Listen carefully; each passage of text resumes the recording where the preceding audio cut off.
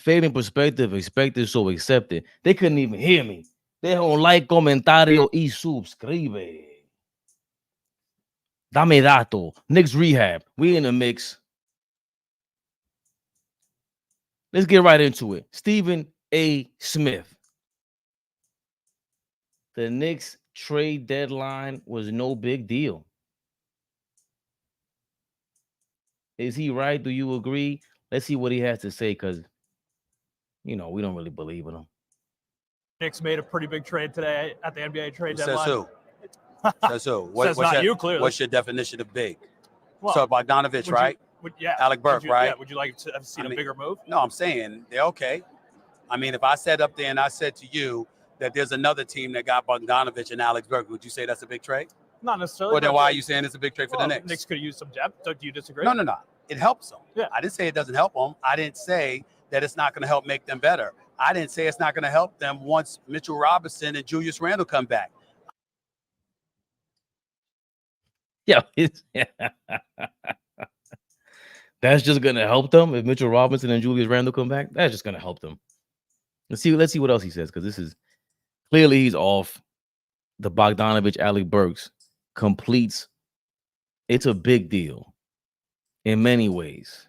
I'm saying you said big. Now, if you're going to tell me big while we sitting here at Super Bowl week on Radio Row, I need something more than Bogdanović. They had gone out and they've got a DeMar DeRozan or something like that. Okay, now we're talking. But Alex Burks, Bogdanović, I mean, it helps. It doesn't make them worse. It makes them better. But I'm not jumping for joy. Knicks made a pretty big trade today at the NBA trade deadline. Says who? Says who? Says not you, clearly. What's your definition of big? So you see what he said. It's not a big deal because we didn't add one of the superstars that he's groupied out over. Like, let's cut to the chase. What is a big deal? He said, even if we were to get Julius Randle and Mitchell Robinson back, that's not a big deal. Right? And I guess, how long are we just going to use these media members as examples of people that do not watch the Knicks? They're on television and they're there for entertainment purposes. They're there to be a bridge towards commercials. That's what he's there for. Let's keep this 1,000% clear. We did one on Kenny Smith yesterday. That's been running the whole day. It's been doing some great numbers. 3,000 views. Thank you guys for helping us cross 6,500 subscribers. Some of the super chats you guys left in there. Some we got memberships on YouTube. Thank you guys for helping us out. Do we go crazy? Of course I go nuts. But I go nuts because think about it. These are the kind of Knicks fans we've been dealing with my whole life. It was the same thing when Carmelo got here. That was a big deal, right? I guess that was a big deal. The bigger deal for me was that we lost the core and the identity of the team when Carmelo came here. There's no disrespect to him. But what do you think is going to happen if the house looks different now? Yeah, same house from the outside. Yeah, but when we go in, it's like, did we move the stairs over there? Man, look, you got little gold nuggets on the staircase. All right, it looks like kind of shiny. All right, that's cool. Kind of hard to get to the bathroom now, though. You made me go around to get to the big kitchen now. Do you understand? Like, teams that complement each other make it easier. So if you have a star, again, I was bringing up the Miami Heat for this reason.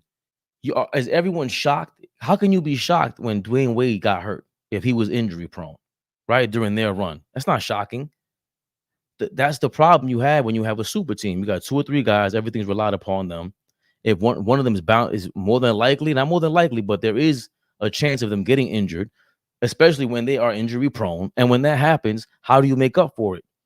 It's hard. How are you gonna have a next man up mentality when you go from D Wade to whoever's on the bench, and they're making D Wade money? So he wants us to get Donovan Mitchell. That's a big deal for him today.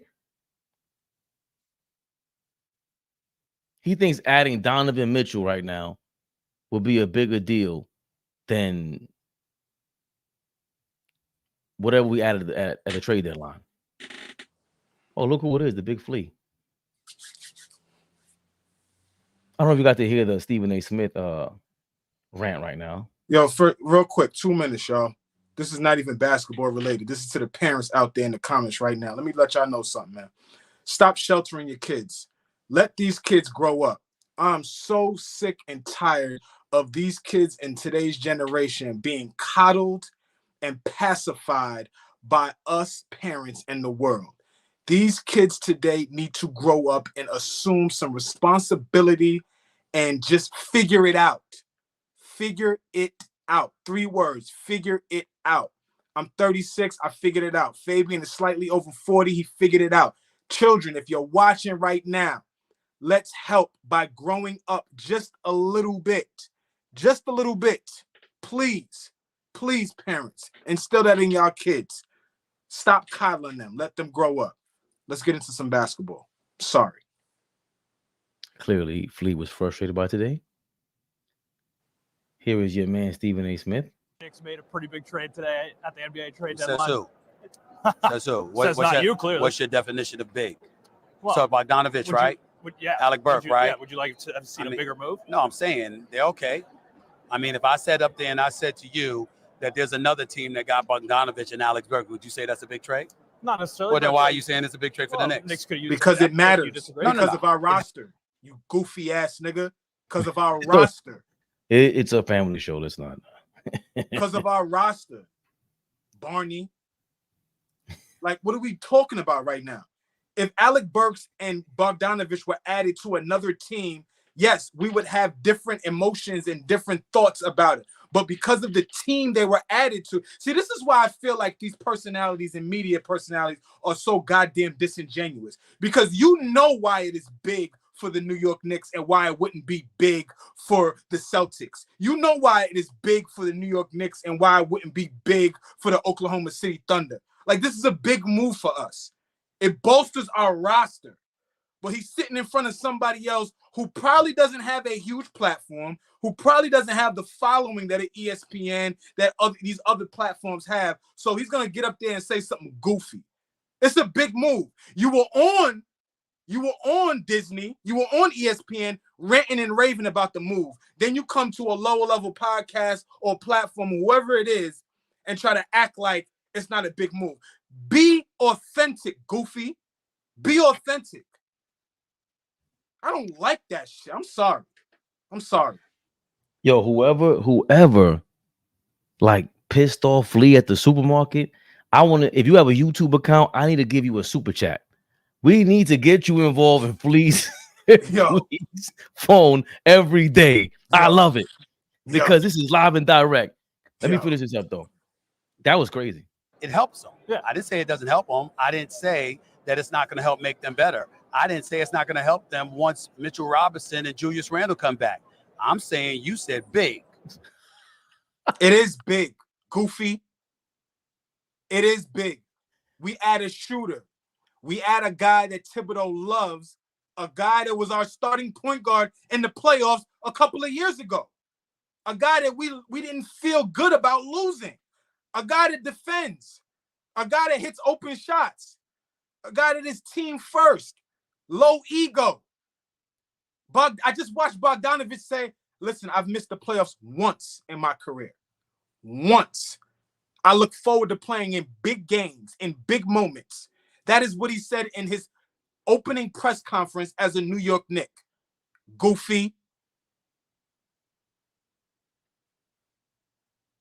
We can't hear you, Raymond Fabian.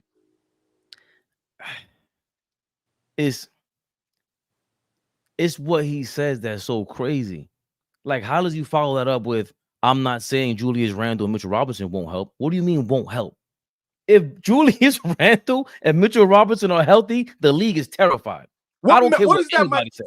What does that microphone say around what does that say around the microphone? What does that say? Can y'all see that? Today. Sorry? USA Today. USA Today. Oh, okay. Yeah. Makes sense now. But we know him. This one on Kenny Smith earlier. Like, these guys don't watch the game. You guys are on TV. You have the New York tag on you. You sound like you from here. Just say you don't watch the game. That's my thing. You don't watch the game, bro.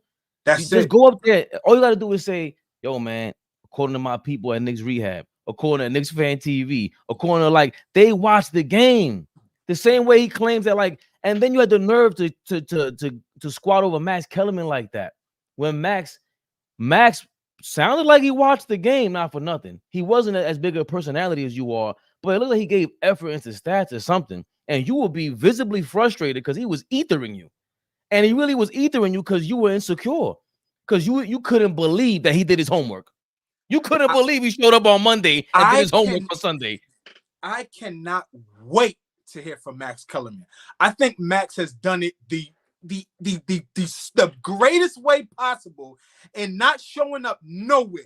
I'm not showing up on anybody's platform. I'm not showing up on Fox. I'm not showing up on Marcellus Wiley. That's my guy. I'm not even going to show up for him right now. I'm going to be quiet, cash my check for the next year or two, however long that deal was. I'm going to cash my check. And then when I'm done, I'm going to let you goofies know about this brother right here. I'm going to let y'all know what time it is really. Oh, my. I cannot wait to hear from Max Kellerman. That was a brother that came to work every day prepared to talk about whatever. I don't care if you didn't like his takes. I don't care if you didn't like his personality. Whatever you didn't like about Max Kellerman is fine. The dude came prepared to work every day. Whatever topic you wanted to talk about, he was ready to talk about with facts and his own opinion. Whether you liked it, that's another conversation. And it's just the fact that it's clear as day you didn't even know who Isaiah Hartenstein was a couple months ago. Weeks ago. You said, that's crazy. I thought it was months ago. And then with Jalen Brunson, you said, oh, we were going to give up a first-round draft pick for him. It was like, that's their guy. They have a plan. We weren't mad at it because we were like, yo, he's good. We didn't know. Nobody knew he was this good. Not even, I don't even think they knew he was this good. But it's just the fact that we wanted a point guard. We just didn't want Donovan Mitchell alongside with that. If you're watching the game, I think you still did. But it was an argument. And we can argue, me and you can argue, because you're watching them and we're talking about things that have to do with the game.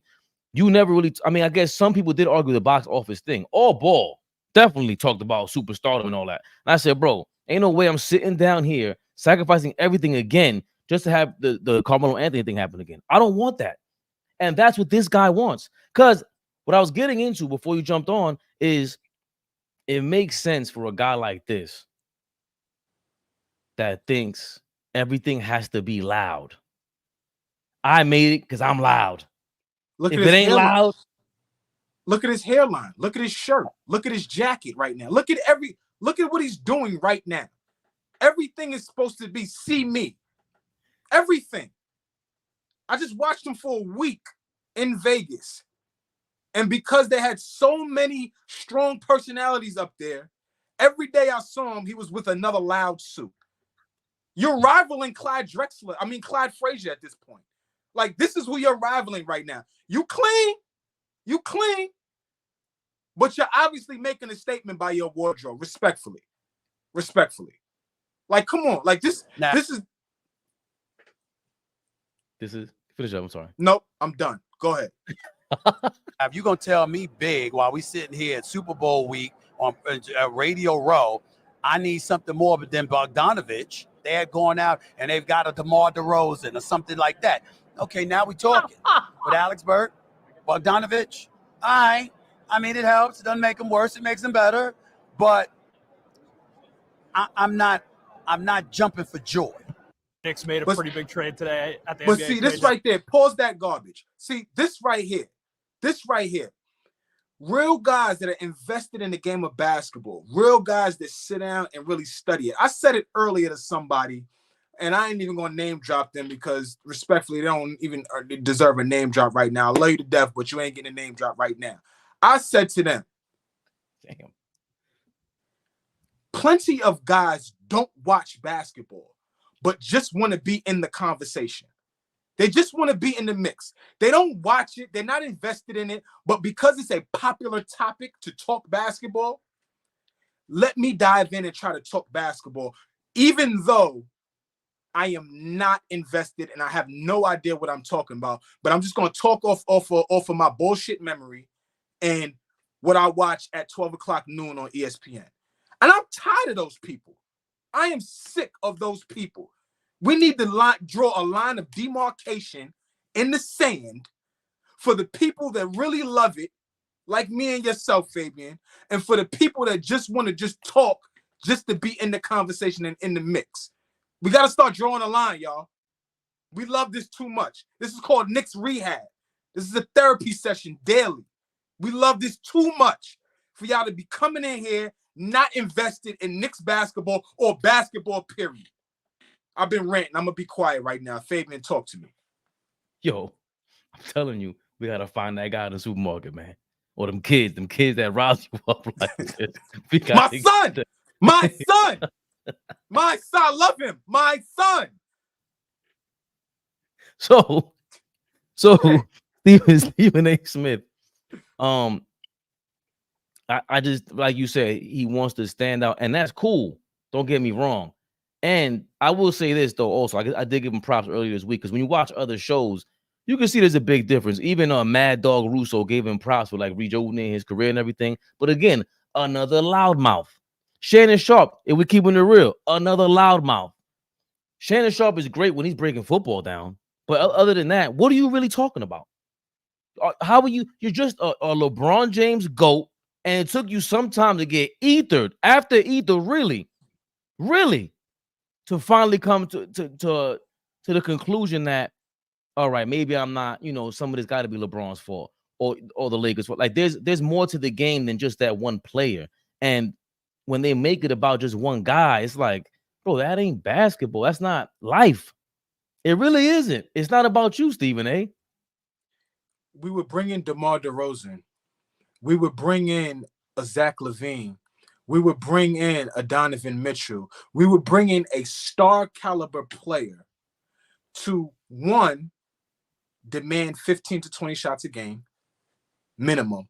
That's just is what it is. When you're on the court and you are that type of player, you need the ball in your hands to be effective and to be a part of winning basketball. So some guys like that would take shots away from, once we get healthy, a Julius Randle, a Jalen Brunson, guys who have put us in position for us to be even able to go and get somebody, for people to be even interested in playing for us.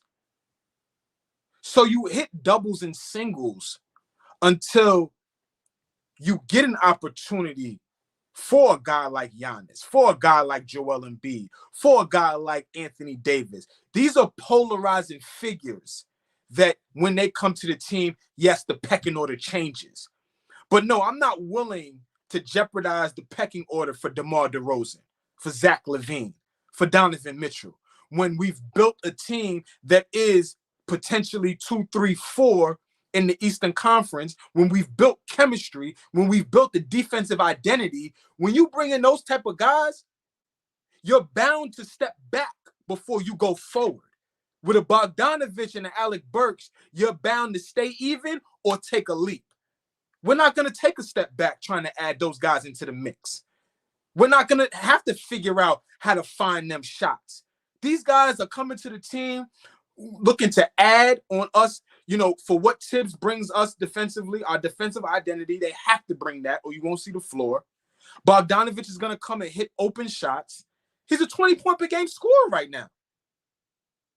You understand what I'm saying? So if you do bring in the guys that Stephen A. Smith says is lights, camera, action, Mr. Cheek style, right? If we bring in that type of guy, then it changes what we're doing. If we bring in guys that feel like we're hitting doubles and singles, it just adds to, when we get fully healthy, scary. Very extremely scary. And I think that happens when anything becomes super popular, becomes into the, what they call it, not the Uber, the zeitgeist, like the most popular thing in the world right now. Like the Knicks went from laughing stock to now they're entering a zone where it's like Stephen A. Smith is a mainstream guy. We know he doesn't watch us. He only watches mainstream stuff. So he has to talk about them now. And a lot of people are talking about them now, including JJ Redick. JJ Redick, I wanted to see your reaction because he sounds a lot like you when it's like reluctant to say that we are finals contenders. I'm reluctant. I'll be honest with you, Knicks faithful. I'm a Knicks fan through and through. I'm reluctant to jump out there. Let's hear what JJ Redick had to say. 50. And then you've got the Suns at plus 1,400, Clippers in there at plus 550 as well. And before that, like that's their offense, right? Seasons. The Knicks offense is not a complicated offense. Generally speaking, they run some ISOs for Randall. They run pick and roll for Brunson. And most everything they do is out of that. Now, they run some fluff. And by fluff, I mean a zoom action, dribble handoff at the top of the key. Brunson cuts through. He then gets a swing pass, and they run a step-up pick and roll. It's everything ends up in a Jalen Brunson pick and roll or Julius Randle ISO. Like, that's their offense, right? You need shooting around that offense. You need bigger defenders. OG, I said this at the time, great fit. They go 14-2 in January. Their defense has been spectacular. Hartenstein has been spectacular. I like how he said that, like he knew 14-2 was going to happen. You didn't know that, did you? Knock it off, JJ Redick. Spectacular. The Knicks are for real. The Knicks are for real. Love that trade. And by the way, this is the DraftKings Sportsbook odds. Tommy, what's up, Tommy? Pre-trade deadline. So we are recording this at 3:13 p.m. on Thursday. These are the odds as of this morning. The Knicks basically seventh best odds to win the NBA Finals at plus 2,500. Just to go through these real quick. Celtics, Nuggets, Bucks, all at... just briefly, I just wanted to get something off. Real fast. We see a lot of guys with podcasts, former players, right? We see a ton. I'm not going to go through the list because I'll probably leave somebody out, but there's a ton right now. And all subjective, all whether you like it, you dislike it, whatever, it's content and it's out there for us to digest, right? JJ Redick is the only guy that is auditioning for a head coaching job every time he turns the mic on. Every time that mic turns on and he sits in front of Tommy and whoever he has in front of him. I don't even care about the guests because he brings some really, really solid guests onto that Old Man in the Three podcast. But every time I hear this guy talk the game of basketball, break down what's going on in the league currently, I feel like it's an audition, it's an interview to be a head coach in the NBA. Remember I said it here, you may have heard it somewhere else, but remember right here, Knicks Rehab, Flea is telling y'all, the next 2 to 3 seasons, you will see JJ Redick on the sideline coaching an NBA franchise in some capacity. Remember I said it here first. Fabian, go ahead. Well, he did. He was trying to coach the Toronto Raptors. He didn't get the job. He didn't get the gig. Go ahead, why do you think he didn't get the gig? No, why do you think he didn't? Me personally, here's how I feel. I feel like Masai is the head of that ship, is the head of that snake. He makes them go in terms of front office construction, in terms of roster construction. He does everything for them. I feel like Masai does not want to allow JJ to cut the line. He does not want to allow him to skip the line. So he did not put him in a position to be a head coach.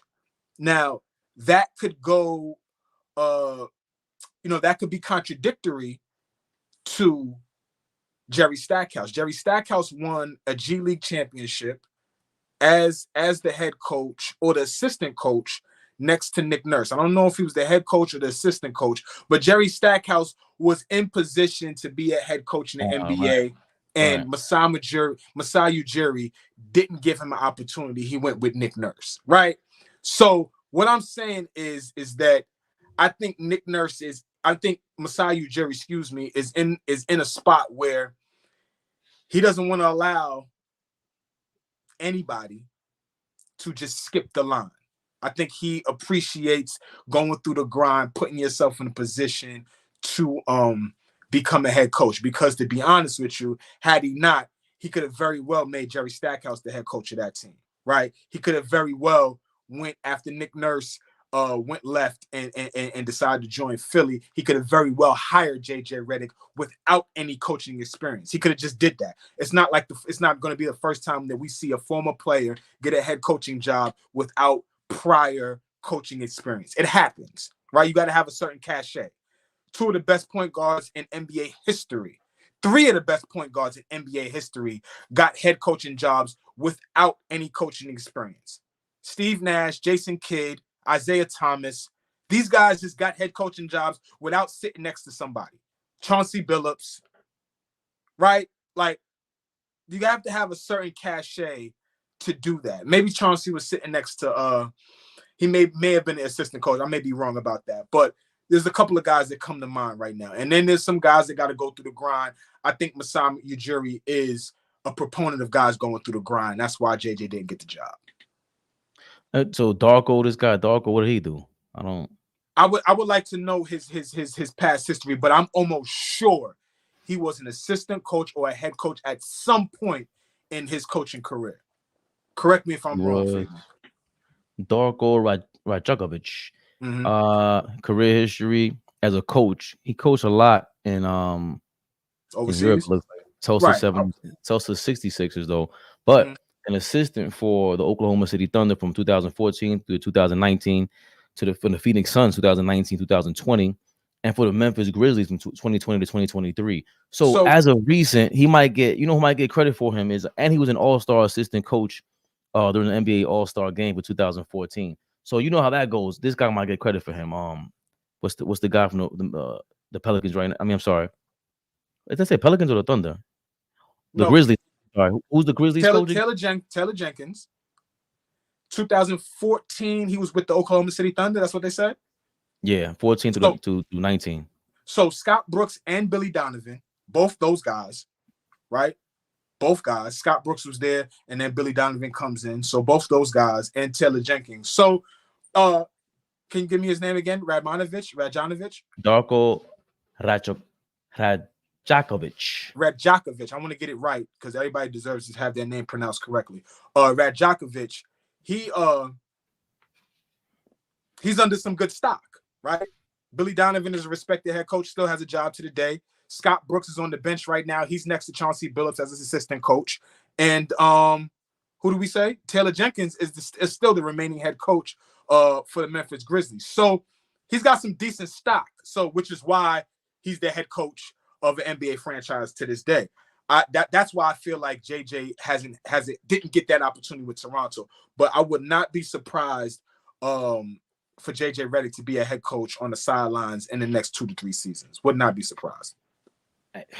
The first person I think of when I think of JJ Redick is like a super nerdier, cooler. Like he looks like my favorite show ever is Mad Men, and with like in Don Draper. I forgot Don Draper's real name. He was in You're a lunatic, but I love that. Yeah. No, Mad Men is just the way it was written. Hell of a show.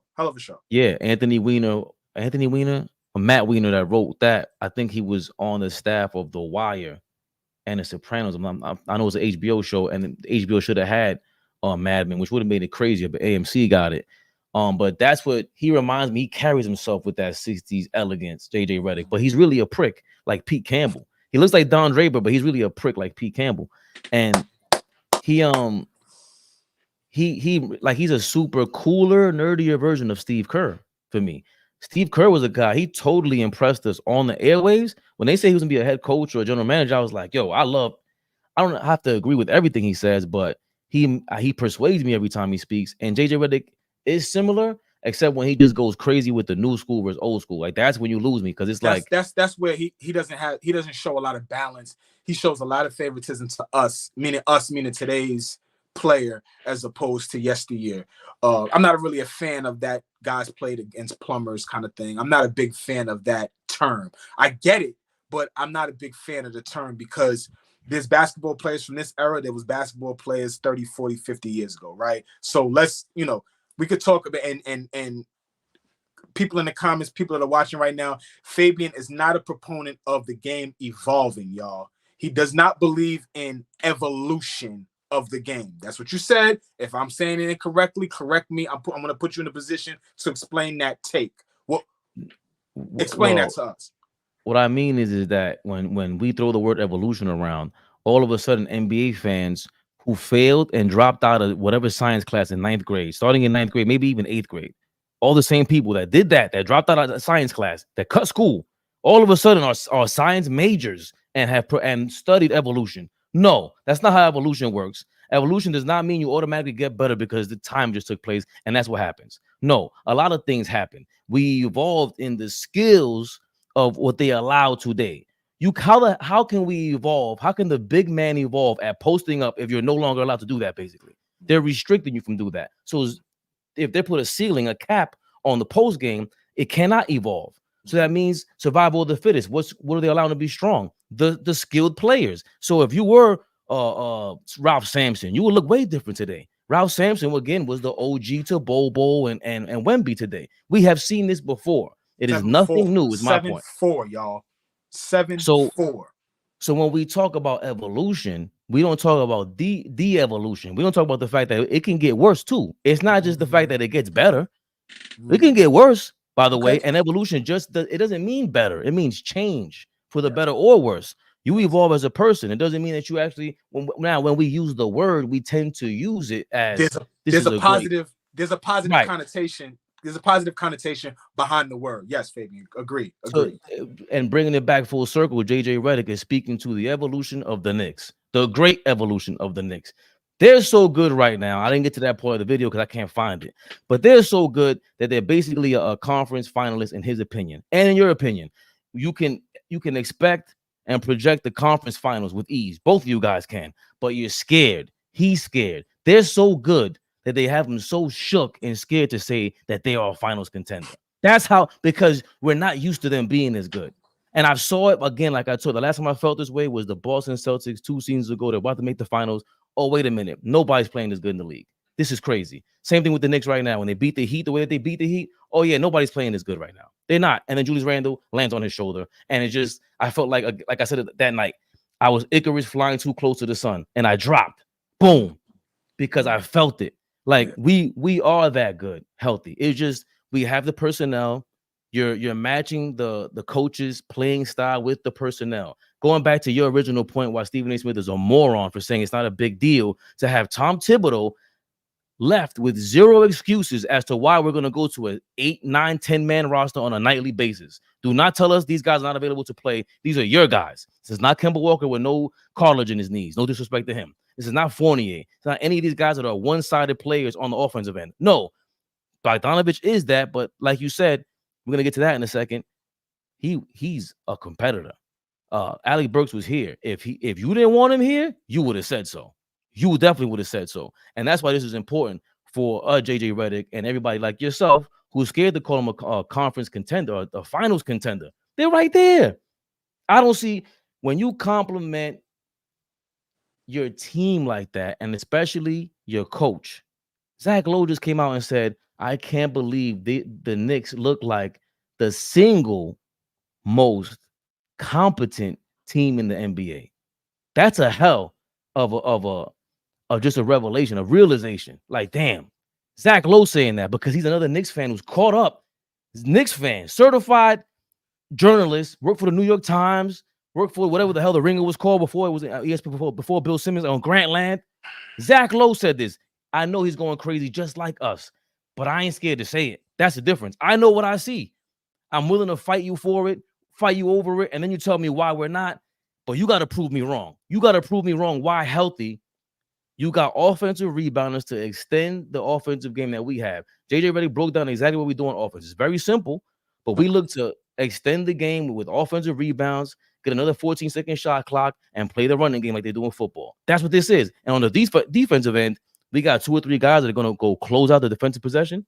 We're closing out every single defensive possession, and we play the slowest pace in the league damn near. You're not messing with us. They can't mess with us. I fully see us when we get rolling, when we get fully healthy, because health is a huge issue for us right now.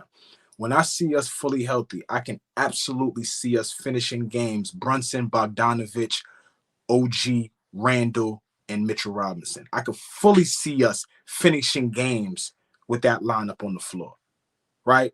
fully see us being able to finish games with that lineup on the floor. So, again, like I said, doubles and singles. Yeah, the big names I have us talking. The big names will take over the back page. The big names will be the topic of NBA TV and First Take and Undisputed and Get Up and all of those kind of shows. Yeah, the big names will be those topics of conversations. But I would much rather be a conversation in late May going into June as opposed to a conversation right now in February because we went and got a big name and it doesn't work when playoff time comes. I would much rather do what we're doing than worrying about, you know, clicks and views and what's gonna bring the attention and the eyes to the New York Knicks. What works? What works? No, let them do that because I'm gonna go reply to it, answer to it. We need a yin and a yang. They're not gonna go away. But you know what I'm saying, Fabian. What? Yeah, of works, course. What The works? bandwagon guys are gonna be there for me to laugh at because we're finally doing things the right way, and they're gonna be dead wrong because we got it all on footage. But to your point, speaking of what works and not going for the big splash, you hinted at it, and I found it. Bogdanović. Bojan Bogdanović. You got it. I like for you to look up something else too once we're complete here. Something I think will be interesting. Go ahead. Bojan Bogdanović said, I missed one playoffs in my career. I'm used to big expectations and playing for a playoff team. Whoa, hold on. Let me turn it.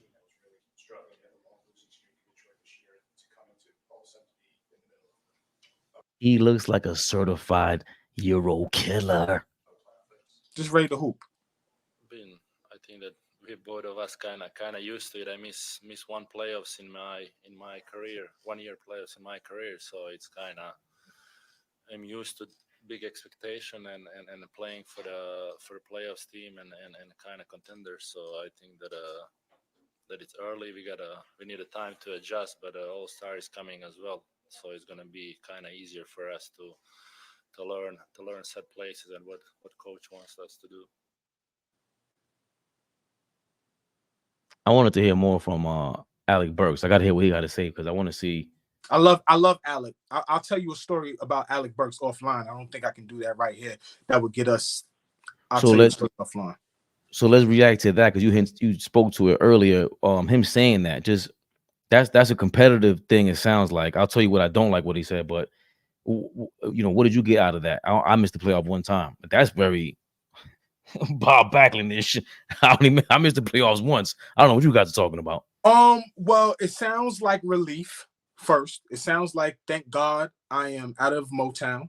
That's what it sounds like first. It sounds like relief. It sounds like he was not looking forward to adding another year on to not being able to make the playoffs because Detroit Pistons won't be in the postseason this year. So it does sound like a bit of relief. It sounds like he's happy to be a part of a winning ball club. It sounds like he's ready to get to work. It sounds like he doesn't have any apprehension about being a part of this ball club. It sounds like he has a level of expectations going forward with this team. I did hear him say it's going to take a second for us to get this thing rolling, which I fully expect us to be to take about a week or two to figure out rotations, especially with health and you know, not trying to kill the momentum of guys. I know that these moves right here, a Bogdanović and an Alec Burks, right? This is going to affect a couple of guys. This will affect Josh Hart. It will. This will affect Deuce McBride. It will affect him. Those two guys jump out for me as who will be affected in terms of minutes, how often we're going to see them on the floor. Josh is a great defender, great rebounder, but Bogdanović is a hell of a shooter, a guy that could put the ball in the basket. So you kind of split it down the middle and figure out how do you split minutes between those two guys. So I think. Well, no, but you got to go into that further because I didn't think about that. I thought that Josh Hart, Bogdanović, and Alec Burks can play right alongside each other coming off the bench. Any sort of second unit scenario, rotation. I thought they fit quite well in the end of a first quarter, beginning of a second quarter kind of thing. Why do you think they're going to bump each other's minutes? because I think going forward in the playoffs, what we missed last season in that semifinals against Miami was shooting. They were able to start to key in on Jalen Brunson. Jalen Brunson averaged 30 a game, but they knew where the basketball was going down the stretch of those games, right? When you add a guy that can hit open shots and can create his own shot, then you have to kind of figure out, you know, Bogdanović is not the second option, but he's an option, right? He is a scoring threat. And that's what puts you in a position now to second guess about helping off of Jalen Brunson when you have Bogdanović in the game as opposed to having Josh Hart in the game. I watched Josh Hart go for a 23-point triple-double the other night against Dallas. He looked great. He hit a lot of open shots. He rebounded the ball well. He passed the ball well. He looked like a guy, okay, that's what it looks like when Josh Hart gets extended minutes. If you put him in a role to play extended minutes. Can you win games with Josh Hart being your first or second option? Absolutely not. You saw what that looked like against a Dallas Mavericks team. So what I'm saying is that the pieces that Josh Hart gives you are valuable, but we went and got Bogdanović for a reason. What we miss, he does not shoot the ball like Josh Hart. I mean, Josh Hart does not shoot the ball like Bogdanović, although Bogdanović does not rebound nor play defense the way that Josh Hart does. Defense, hustle, all of those intangibles. So I feel like you got to figure out how you're going to get those guys. If you're going to play them together, you're a genius. But if you're not, how do you stagger those minutes? What is more important to you, especially down the stretch in game 5 of a 7-game series when you're down, when the series is tied 2-2 and you want to win this game going away on the road, or, whatever. Like, what's more important is a question that Tip is going to have to answer. I don't know if we have anyone that shoots, 43% from the wing. Is that the right wing? From 3. Top of the keys, 45, 46%, 10% over the league average. 37% is an average over here. And in the corner, whoo! It's a layup. It's a layup. Right. So he favors the right-hand side because you see the right-hand side of the paint is where he gets his baskets from. So he's probably pump faking. Who's this we looking at? This is Bojan Bogdanović. This is Bojan. So this is Bogey. Bogey. So he must be pump faking. Newport.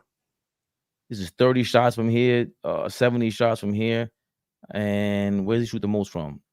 Yeah, that side of the court, obviously. He's going to shoot more shots, but he shoots 50 from this left wing. For some reason, look, this whole side is where he shoots from, but look at the right corner. See, what corner is that? Like, when you look at the court, that's the left corner. The left corner, he shoots 20% from. 20% from. But that's okay because the secret weapon is going to be when we flank OG to that corner. OG shoots 48% from that corner. 48% from that corner. Yep. And the next one I wanted to look at was, as soon as you started mentioning the shots, it made me think about the shot chart. Alec Burks by season. So because this year he's shooting out of his mind, Alec Burks. So from that same corner, he's you heard that, Dime Dropper? Dime Dropper, you heard that? What'd he say? No, he said Alec Burks been doo-doo this year. Oh, right. He's been out of his mind. But he's shooting 37% from 3 to 10 feet from like by the paint. Make a layup, Alec. Make a layup, Alec Burks. Get your life together. But from that same corner, the right, I guess that's the left corner, right? Because your right, when you shoot and your right hand is next to the backboard, that's the left corner. I mean, just put yourself at the top of the key and look at the rim and what hand. So if you're putting yourself at the top of the key and you're looking at that corner, that's the right corner. That's the right corner. So the right corner, him and Bojan are ridiculous. And that's the answer to OG on this side. They're going to have to figure out. That's when you got to kind of get creative if you're the Knicks, if you're Tom Thibodeau, which we don't expect at all whatsoever. But that's what I look forward to when I think about those guys. Like, we got 2 guys that shoot over 30% or 40% from 3. Like, he's shooting for like damn near 50% from 3. This guy, Alec Burks. They're going crazy. So like again, even with Bohan being competitive, I love that. Him saying I missed one game, one playoffs in my entire career. I think he even referred to the Euro era. Yeah. The only thing I don't like and I hate, I despise when they mention it started with the Miami Heat the first time I noticed that. Hey, it's gonna take us some time to get adjusted. Hey, it's gonna take us some time to get adjusted. Yeah, no duh. That might be the case, or it might not. Where was that adjustment period when OG came here? Seamless. I didn't hear any. Seamless. A player, a guy like that. But that was my point, Fabe. That was my point. If I could get 2 minutes to go back to what I was saying, bro. That was my point about name and fit, right? When we get a Bogdanović or Alec Burks, we might be able to go on a 5-game win streak because those guys fit so seamless.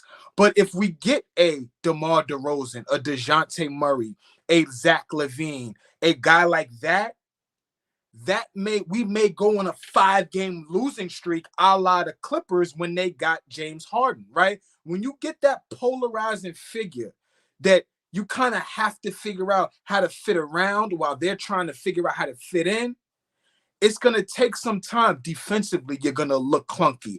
Offensively, you're going to look clunky. And you're going to turn the ball over. You're not going to be on the same page. It's just going to look like bad basketball. The Clippers looked like they were playing bad basketball for 5 straight games until it clicked. And it was like, okay, this is where James likes to have it. PG, get your head out your ass. Russell, you're playing amazing. Kawhi Leonard's an MVP of the league. And now they're like, oh, wow. Okay, this is how this works. And we wound up playing some of the best basketball, if not the best basketball in the league. So what I'm saying is that fit and name, you know what I'm saying? Which one do you want? And for us, I think fit mattered. Fit always matters. And we're not gonna have that issue. I didn't like that part, but I guess he kind of knew what to expect too, Bohan. Like he's to be a veteran and go and to say that. But come on, man. What trumped everything is I only missed the playoff one time. You're in New York City.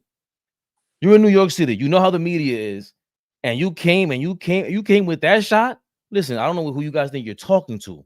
Some things are just subliminal. I don't know who you think you're dealing with, but I missed the playoffs one time. I expect a lot more. So I'm ready for this. A lot more subtle, way more cooler. I like the fact that he's a silent killer, it looks like. Out of his mind, receding hairline. He's going crazy professional. Fabe, Bogey with the shits. He's with whatever. He's with whatever. He's with whatever. Knockdown shooter, right? A bigger body too. He's not a little guy. This is not a little guy you just rolling out there 6'1", 6'2", go ahead and hit shots. No, this is a big body. This is a guy you're gonna have to defend. Like, well, here's one guy that, unless you're a super fan of his, you don't defend. And I joke around defending because I think he's gotten away with a lot by scamming the league the way that he has. But Draymond Green chimed in on the New York Knicks pickup. I saw. I didn't see it. I'm reacting in real time. The New York Knicks, they made out extremely well. So now you look at these trades. They got Bojan Bogdanović and Alec Burks and OG Anunoby without giving up a single first-round pick. That's insane. The New York Knicks got better. Does that ultimately put them in the conference finals? Like, Steven, they've been talking. I see a lot of people like, oh, they're going to the finals. They got better. But I don't know if I want to get that far ahead of myself just yet. Respect. Listen, I hate you on mute right now, Fabian. I got this. Draymond, okay. Mind your business. Cook. Mind your business. You have way more. This is what happens when you have a podcast and you're about to get flamed. Mind your business. You're not making the conference finals. You're not going to sniff the conference finals. You're not going to make no final. Don't bring up your 4 championship spot, whatever it is that you got. Do not talk about us in 2024. You should be worried about calling Jordan Poole, worried about calling your man Bob Myers for selling you out and leaving to go to ESPN because he wanted nothing to do with this mess. For them re-signing you for $200 million, the worst signing maybe next to Harrison Barnes. You should be worried about that because we did all this without giving up a first-round draft pick like you did. Do not talk about us. Go talk to Steph Curry. They do not care about your stupid little podcast. They don't. They probably don't care about mine either, but I hope they hear this. I hope they get to hear this because nobody will tell you to your face what it is. What are you talking about? Don't ever speak about the Knicks like that. Ever. We're on fire. And the only reason why you posted this out and made it 20 seconds is because you wanted this. All of you guys need this. You know that we are the fan base. The Golden State Warrior fan base is the geekiest, worst fan base in the history of any sport. They're the worst because they suck. They made up terms like gravity or whatever it is. Your whole fan base stinks. You wish you had the Knicks fan base behind you because you act more like a New Yorker than anything else. But you guys are a bunch of geeks. Don't ever talk about us again. Ever. You shouldn't, because we're going to flame you every time. The conference finals, the finals. We have a chance if we're healthy. Guess who doesn't have a chance to go to the finals or the conference finals or the first round or the play-in fully healthy? You. There it goes. There it goes. There it goes. There it goes. One by one, we're going to call out every single media member that has a Paul George. You better show up in the playoffs. Trae Young, all you guys would. That's why I didn't want Jalen Brunson with a podcast. Don't talk. Be the Terminator. Nobody learns from Kawhi. Kawhi is the ultimate. That's the guy I respect the most. It doesn't matter what happens to him. I ain't saying nothing. He's like, come on, man. He's the Rakim of this. I'm not saying anything to no one. How about that? And I don't need a podcast. And the biggest New York Knicks fan calls him the worst superstar in NBA history because he keeps his mouth shut and all he does is just show up and play when he's capable of it. We could say what we want about Kawhi's health history. That's a whole nother conversation. But in terms of when he's on the basketball court, ready to go, your favorite player doesn't want to see him. Comments, whoever you in the comments right now, respectfully, we appreciate all the love and respect. But your favorite player right now does not want to see Kawhi Leonard in the 7-game series. He don't want to. It's just the facts. I don't care. He does not want to see him. They don't want no problems. When Kawhi is locked in, top 3 player in the league, argue with your mom. Bueno. Argue with her. My mama just made it over here. Let's chill out. I She's know. cooking. Respect to Mama Fabian. We appreciate She's you making being her here. mashed potatoes. The mashed potatoes that I love. Oh my God. Oh, you gotta man, try them when you come. You've been eating them for 40 years. I need that. I need that. Mama Fabe, I'll see you soon. No, don't call her Mama Fabe. Don't do that. Mama Perspective. Give it those. Mama Don't do it. Don't do it. Mommy Perspective. Well, don't go with Fabian though. Well, look, Mama Flea adopted Mama Flea, so we're gonna go. If her son call her Mama Perspective, I'm gonna call her Mama. Yo, that was good. That was good. I'm looking for. Okay, here we go. Now, Any comments, bro? What we got? Before we get to the comments, let's do this. Yeah. Come on, let's intro preview tonight's game. What do we expect for tonight? Indy on the schedule, right? Indiana. Hold on a second. Let's give Tom Thibodeau his 2 seconds. He says Jalen's game time. Jericho's being evaluated. Isaiah's out. Mitch out.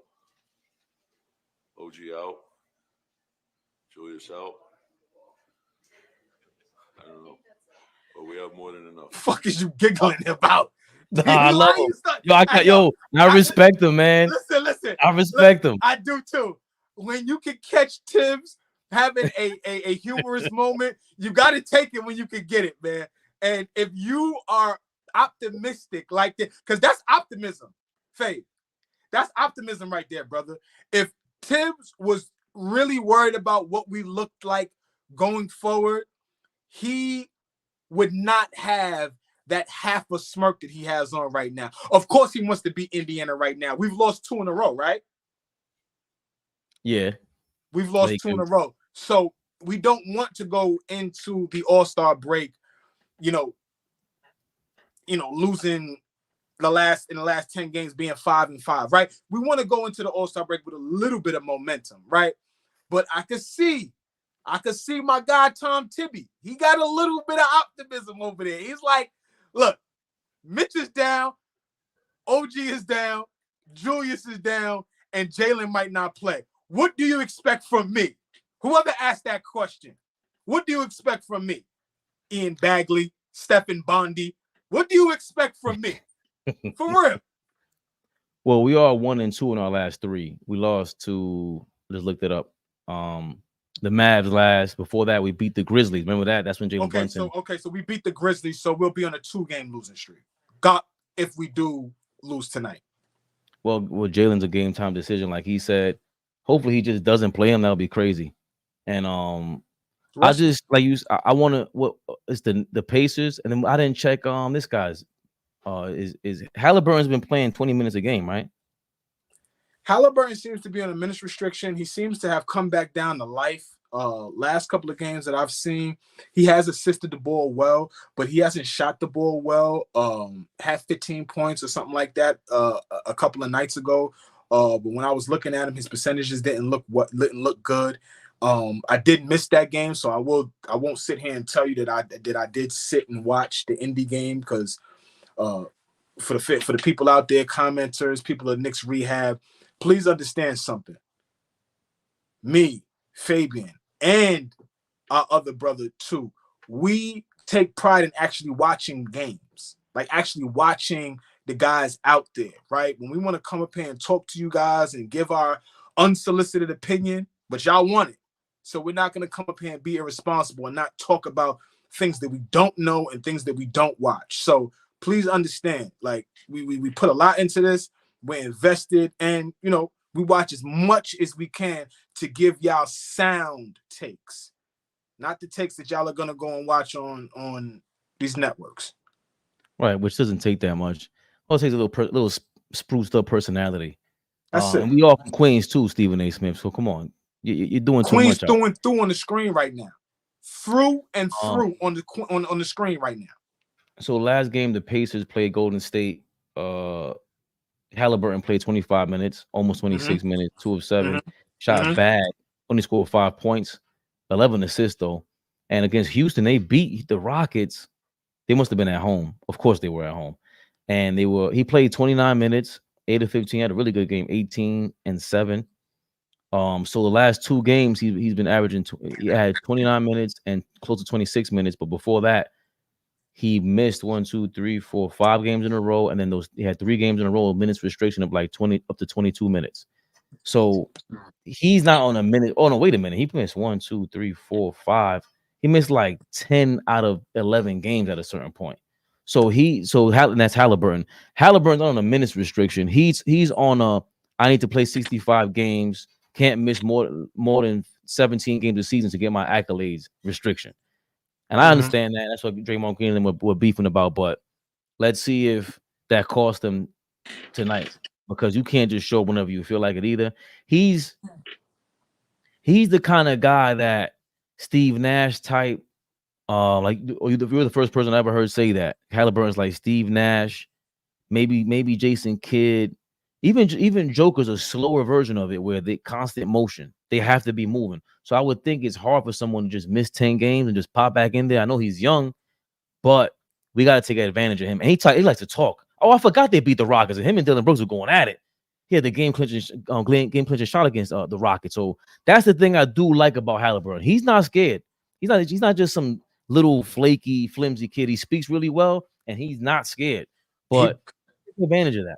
He boomed it on Dante DiVincenzo the last game in the Garden and was chatting, and Dante gave him a little shove. So we something may be brewing between us. Jalen Brunson always takes this matchup serious. I just found out, obviously, through their podcast, I just found out that Jalen Brunson, Josh Hart, Mikal Bridges, and Tyrese Halliburton have somewhat of a relationship, and so a pretty tight bond. They got a group chat going. They got a relationship. So keep your eye on that for anybody that, buys into relationships off the court and them having an effect on what things look like on the court. But Brunson takes that matchup very seriously. He has taken it very serious throughout the season. So if he does play tonight, look for them to go head-to-head. The last time that we played, that was the night that Brunson was announced as an NBA All-Star for the first time in his career.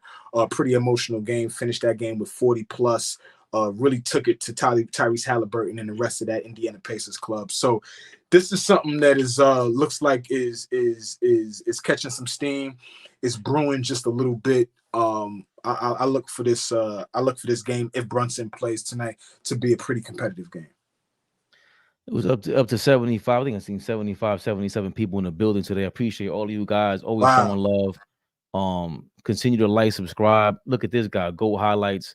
When I put up a voting poll about the Knicks in my community feed. I'll link you, Fabian. Hope that's okay. You guys do a great Knick talk from real New Yorkers. Bless. Yeah, no, bless you, because we do it for you, because we just try to honestly be ourselves, and then just, you know, of course I turn up a little bit, but if you see me in person, I'm even worse. Like, I'm unhinged in person. If I have coffee, it's over. If it's 7 in the morning, it's over. 9 o'clock at night, I start to simmer down a little bit. But that's when I turn up. Right. You see Flea out of his mind. But like, this is what we want. We don't care. Like everybody else, no disrespect. We want to invite them on here. They're all the content created, but you guys are way too stuffy to be New Yorker, like New York fans. How can you possibly be a New York Knicks fan and you guys just sit there like, hey, so that's not how we talk. We go nuts. We are crazy. We are out of our mind. So appreciate you. Go highlights. I will appreciate you. Go highlights for real. Somehow. Some comments here. Danny Berry, what's going on? Always showing love. Love you. DB, you one of my favorites, big dog. Yo Alpha. What's up, Yo Alpha? Michael Caputo. Mike Caputo. Screaming his name. Screaming A Smith should be his name. I like just keeping that Stephen A liar, Stephen A fraud, Stephen A fake Knicks fan. What up, Dredano? I can't stand this clown take on anything New York. Yeah, it's just, you could tell it's just like his Cowboys thing is a shtick. They know. Yeah. If we weren't winning, they wouldn't be talking about us. You know what I mean? Like, and it took them a while to talk about us. Like we were already talking like, yo, this is a good team. Early on we were a little bit like, I don't know what's going on. And I remember in November I asked you, Flea, yo, how good is this defense really? We're 18th in the league. Thibodeau's the coach. What's the point of him being the coach if I don't really see a defense? You asked that question. It looks night and day, and with the addition of OG, night and day. Yeah. And now OG and bringing back Mitchell Robinson, we may look. Somebody said that the only way that we're going to be able to win a championship presently constructed is if we grind it out like that 04 Pistons team, and I fully agree. If we grind it out. Grind it out. Go ahead. I disagree. Okay. I guess by grinding it out, I just always love that Pistons team battling, especially the starting lineup. They're balanced. Offensively, they were different. Defensively, Ben Wallace is not talked about enough. He is the super duper. When they ask who the best player is, it's Ben Wallace, man. He's the identity of the team. You add Rashid. And I never realized how good he was defensively until you brought up the 2.7, what is it, defensive win shares per game. And we knew Rashid was out of his mind and he could not do that consistently. And when he add that next to Ben Wallace, it's like, oh, this is scary. And we knew they were going to win. Well, everybody didn't know. I had money on them though. But I get it though. Mitchell Robinson is not Ben Wallace defensively, but understand something. We have not seen Mitchell Robinson and OG Anunoby on the floor together yet to even understand how suffocating we can be as a defensive team. We don't even know what that looks like yet. So let's understand that the current New York Knicks team right now that we have on the floor is depleted by injury, not because of guys that are not playing well. So when we get into a knockdown, drag out 7-game series against your favorite team in the NBA, please understand we will be equipped to do whatever you want. We have 5 of the best 3-point shooters in the league right now. Right now, percentage-wise. Not just shooting. I'm talking about percentage-wise. We have 5 guys shooting 39% or better. We have one of the best point guards in the league. We have the best offensive rebound in the league, but he's hurt. We have a bull in the china shop in Julius Randle, who is now a 3-time All-Star, 2-time All-NBA player, right? We have one of the best defensive wings in the game, if not the best defensive wing in the game, right? Like, so we have everything necessary to compete in the playoffs this year, y'all. Big shout out to the New York Knicks. Watch out for us, man. That's all I got. I take it back. You're right. We do have to grind it out because that's even if we sweep full style, it's not gonna be just it's gonna be just a slow. They're gonna be like, yo, we can't do nothing with them. This is good, and that's what I saw with the Heat. I saw them, not that they gave up. It's not that Jimmy Butler and them gave up. It's the fact that you can tell, like, yo, we're trying, and this is Jimmy Butler. I don't want the ball. Nah, I can't. It's not a good it's not a good matchup. Here, rotate. Let me see if I can pick off of OG. Make it a weaker. No, not happening. OG slides right back in front of you.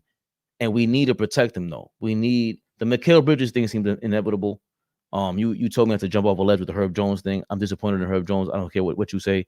He stands around way too much, and I see why people think I'm crazy now.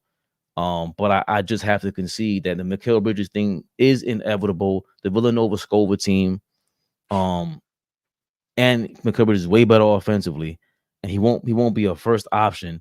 And just to have him, he shoots better from the right corner as well. So to have him and OG there, that's dangerous. Like, he was the point of attack for the Phoenix Suns. Suffocating. When we talk about in recent history, when we talk about the 2022 Boston Celtics, right?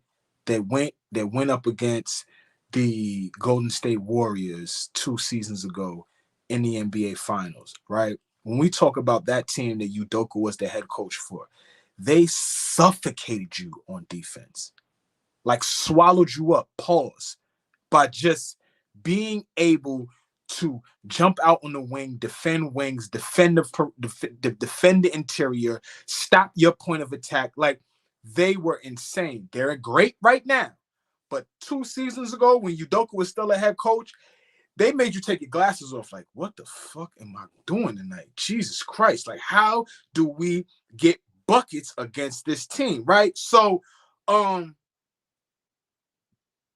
very reminiscent of your favorite defensive ball club. The Knicks have the personnel to be really, really good going into the playoffs. What other comments we got? What up, my peeps? Desmond 777, what's going on? Because he sucks. I don't know what he's talking about, but it's just funny. Fabian in the house. What up? Sorry. Oh, that's Cuzzo. What's going on, man? Big Heat fan. Keep doing your thing, man. Like I told you, keep responding to the Heat. I'm pretty sure you're gonna.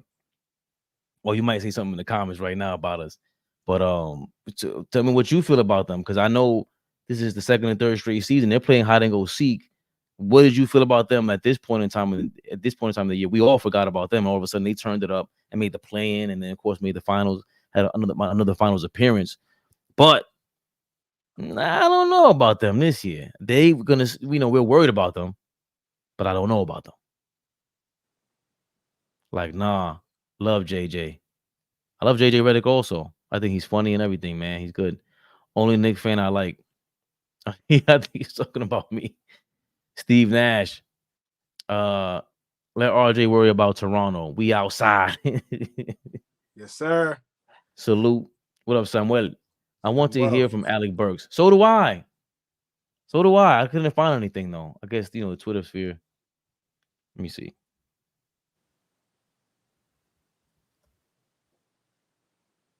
Alec Burks. Is there anything interesting that he said? Because I wanted to hear what he said about, at least comparing the Pistons to the Knicks. I know how he wants to play on both sides of the ball. So, here's something, guys. It's only 14 seconds, but we got something for you. We have something. I buy time with my little songs. We have something. Play the clip. Hey, Jesus. Play the clip. really change much. I don't think so. So I know how he wants to play on both sides of the ball. So I think it won't be as hard of a transition for me. How does that make it? I guess He knows. He only but 2 or 3 years removed. He understands the expectations from what we look for him. And please understand, you're going to be playing some point guard for the second unit. That's just what you do. That's what Tom Thibodeau has you do. So, as a Knick, be ready to do that, Alec. I want to see Deuce McBride with a little more space. He can get across the court. He's fake baby Iverson, but with a better jump shot. You know, I said that from the beginning. But McBride won't have to bring the ball up. All you have to do is worry about being the 2 with Burks there. I'm definitely interested in seeing that. And of course, Bogdanović, if he's not starting, DiVincenzo, whatever it is. I want to see how Bogdanović does defensively. But definitely McBride is the guy I'm interested in. Can he get more clearer shots? Like this, that's going to be the thing for me because he's the kind of guy. I don't want to say he's on DiVincenzo level of shooting, but he can get us, bro. Again, against the Miami Heat last year, that was the problem. I know how the Heat play defense, bro. You got to get that ball. You got to swing that ball around 3 or 4 times. Once you hit that 4th pass, they're done. They're done because you can't get around like that. And they don't have the personnel to do it. To have the guy sneak in the paint and cut across. Exactly. They're not as deep. They're not as deep. And we're going to have 3 or 4 guys out there that can shoot. It's over. Now all that them kind of games you try to play swing around and double somebody up, but no, you can't do it. All that trapping business. I don't know. I'm not very high on them this year, but I think I've been consistent with that since the top of the season. That I don't think that they're gonna wave their magic wand and Riley slicks his hair back and throws on an Armani suit. And that is the, he does his witchcraft. No, it's not happening. It's not happening this year. Bojan Bogdanović and Alec Burks talked about the expectation around the Knicks. Let's go Knicks. Let's go Knicks. Let's go Knicks. Sweet baby Jesus, what's going on? This is so funny. Can't stop smiling. You guys are 100. Thank you, XX Angler. I don't know how to say your name, but XX Angela. It sounds like an X-Men character that, that's like from France. Maybe. Phoenix Plays E was good, baby. Stephen A is a self-hating Knicks fan. That's crazy. An 04 Pistons level team doesn't exist in the modern NBA. That era was way different. That era was way different. The defensive rules were much more lenient on the defense, which allowed those Pistons to thrive. Yeah. But I think this is the closest you could get to it. But we don't have the Ben Wallace, kind of with Mitchell Robinson, Ben Wallace-ish, Hartenstein, defensive-ish, but not quite. Ben Wallace was. We don't got that guy. OG is the closest thing to that, though. I was saying before. I don't know if Phoenix plays the point of attack guy, OG Anunoby and Kawhi Leonard of the world, Mikal Bridges of the world when they're on point, and when he was in Phoenix. The point of attack might be, and you know what else tells the hand about this era with the point of attack? How they're so lost with a Giannis and Brook Lopez, but you got Drew Holiday as the point of attack and over there in Milwaukee, and you surround him with the Grayson Allen's dirty player, but it helps him. Drew Holiday helps those guys in the back really do their job because, come on, these guys are terrified of Drew Holiday in his prime. Point of attack defender is different than back in the day. You were really funneling everyone to the middle. The Bulls kind of weren't doing that. Yeah, but they had 2-3 hounds.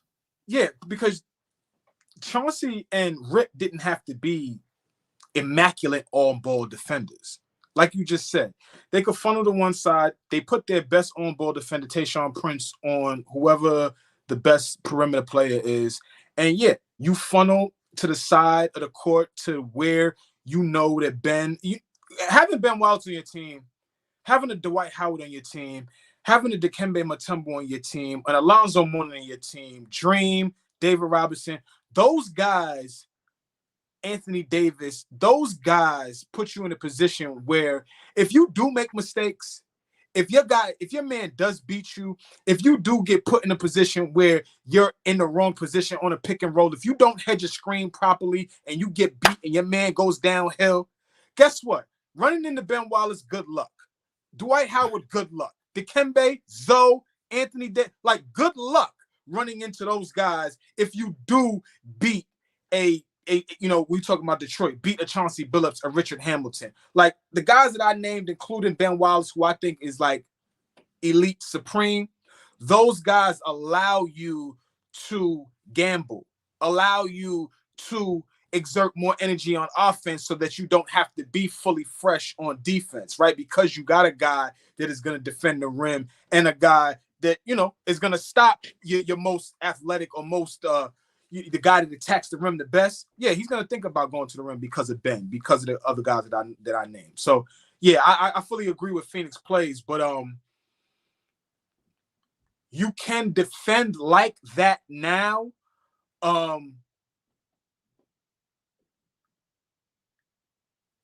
point of attack, though, has to be, how do I say this?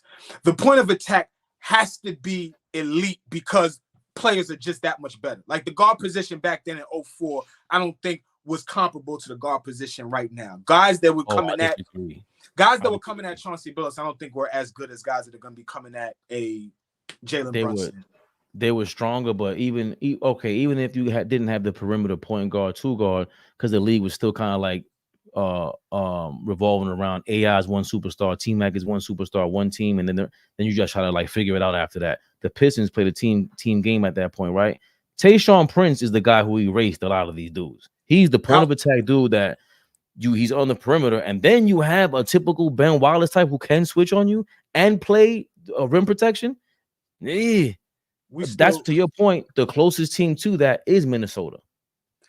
I just feel like we're still in the golden age of point guards where we could go through a bunch of different guards and understand that, when they're coming at you, you have to be really, really good. Like, let's just say Jalen Brunson may have to go through a gauntlet of a Damian Lillard, a Tyrese Maxey, a Drew Holiday, a Halliburton, right? Like, this era that we're in, the last 10 to 15 years of the NBA is really, really elite guard level play, right? I don't think it was like that 20 years ago, 25, 30 years ago. I'm talking about elite guard play. I'm not discrediting the guards from yesteryear.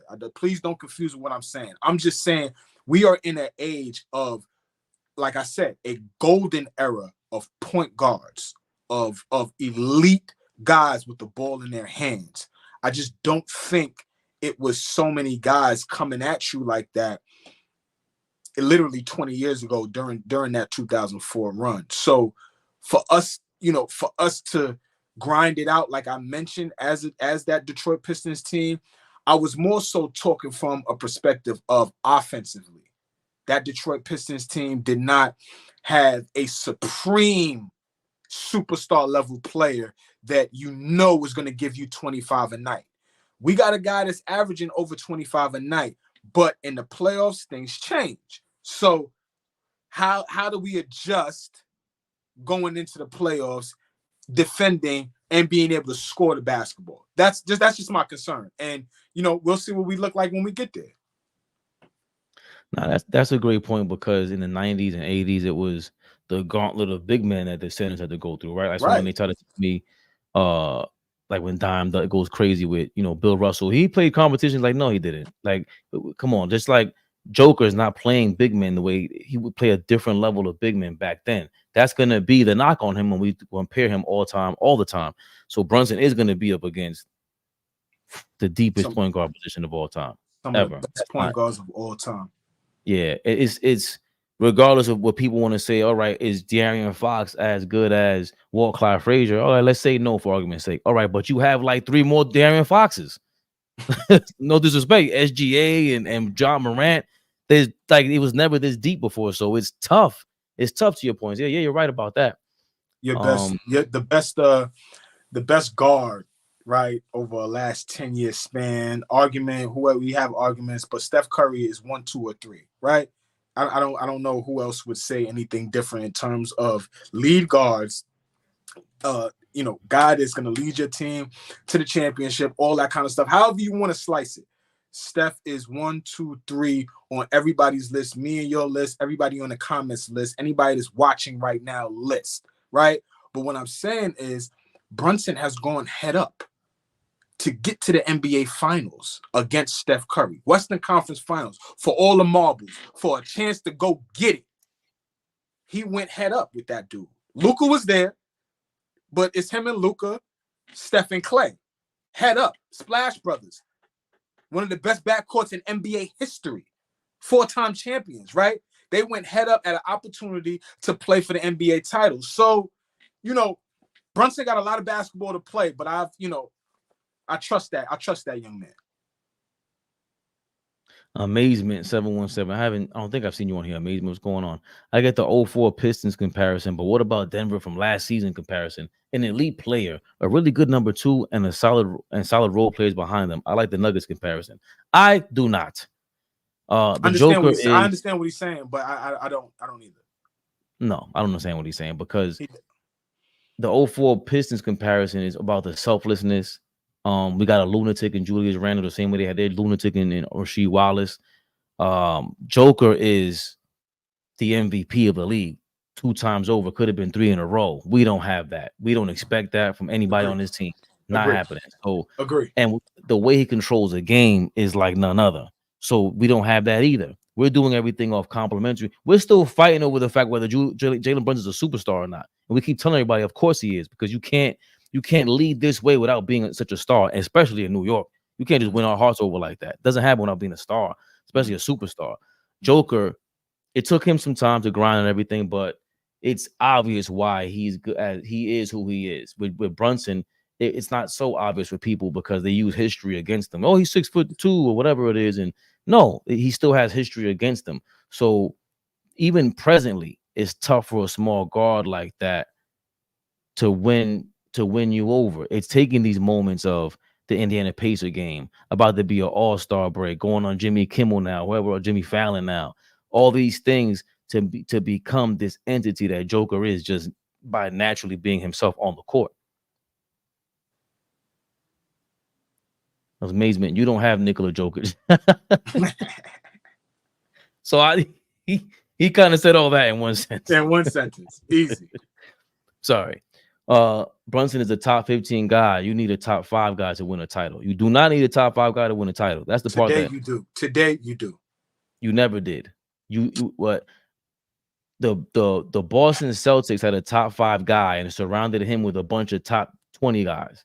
Let's not forget that. But the Pistons in the 80s with Larry Bird. You said Larry Bird wasn't a top 5 guy? No, he's a top 5 guy, but you surrounded him with top 20 guys. But my thing is the Pistons were not. Isaiah Thomas might not have been a top 5 guy. I keep asking people that. He may not have been a top 5 guy. He may not have been one. For who? In the 80s. Man, drunk. No, Jordan, Bird, Magic, that's 3. Kareem, Karl Malone, Charles Barkley. You had a lot of guys back then. Ralph Sampson could be argued. Karl Malone could be argued. I understand that. We would rather have him because of the leadership. But I'm talking about you need a top 5 guy. They might not have considered Isaiah Thomas a top 5 guy in 88 for the very same reasons you don't give Jalen Brunson his props. Or everyone doesn't. He's not a top 5 guy because that probably may be true, but that probably may be true, but Isaiah erased that, going to 3 straight finals, winning 2 out of 3, winning back-to-back, the second to do it after Magic. Bird never did that. Oh, right, but Dr. J never did that. That's Dr. J went to 4 finals. I said win back-to-back. That's what I said. The point is Dr. J was expected to do that. Isaiah Thomas was not. It doesn't matter. It doesn't matter. It's still so expectations and what you do. I don't give a fuck if what I expect you to do. What did you do?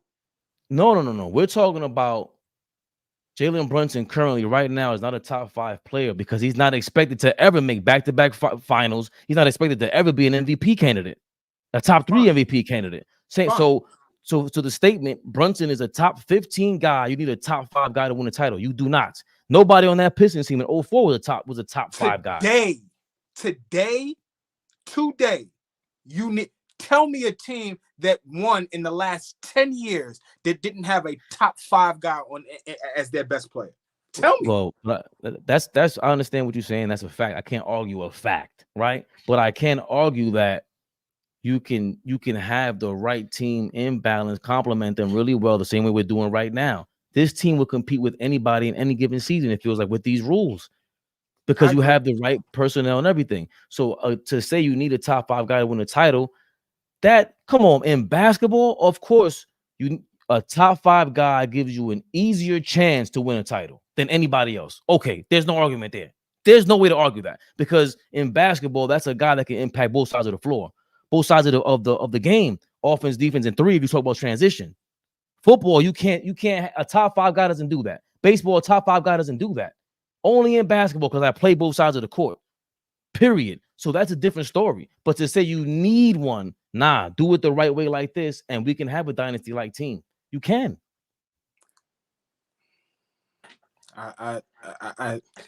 The league has just gained a little bit of parity over the last 5 years. At one point, the NBA had zero parity. If you were the best team, 9 times out of 10, you were going to win.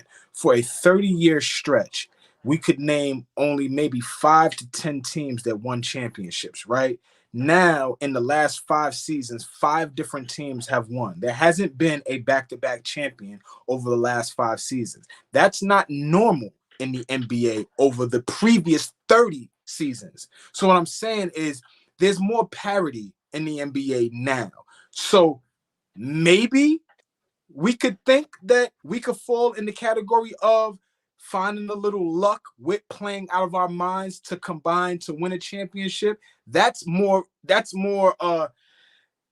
prevalent today. But in terms of what we've been watching for a longer period of time, Miami won back-to-backs. Chicago won 2 3-peats. Houston won back-to-back. The Lakers won 3 in a row. Like the Golden State won back-to-back. Like, if you start thinking about teams, right? There's only but a few teams. Boston won 1. Dallas won 1. Miami won 1. Right? Like, there's only but a handful of teams that you can think of over a long period of time that snuck one in. For the most part, if you're the best team, you're usually gonna win. It just is what it is. And nowadays, we are adding some parity. So yes, the Knicks could fall into that and say, hey, let's grab one while we can. So, those dynasty. Go ahead, bro.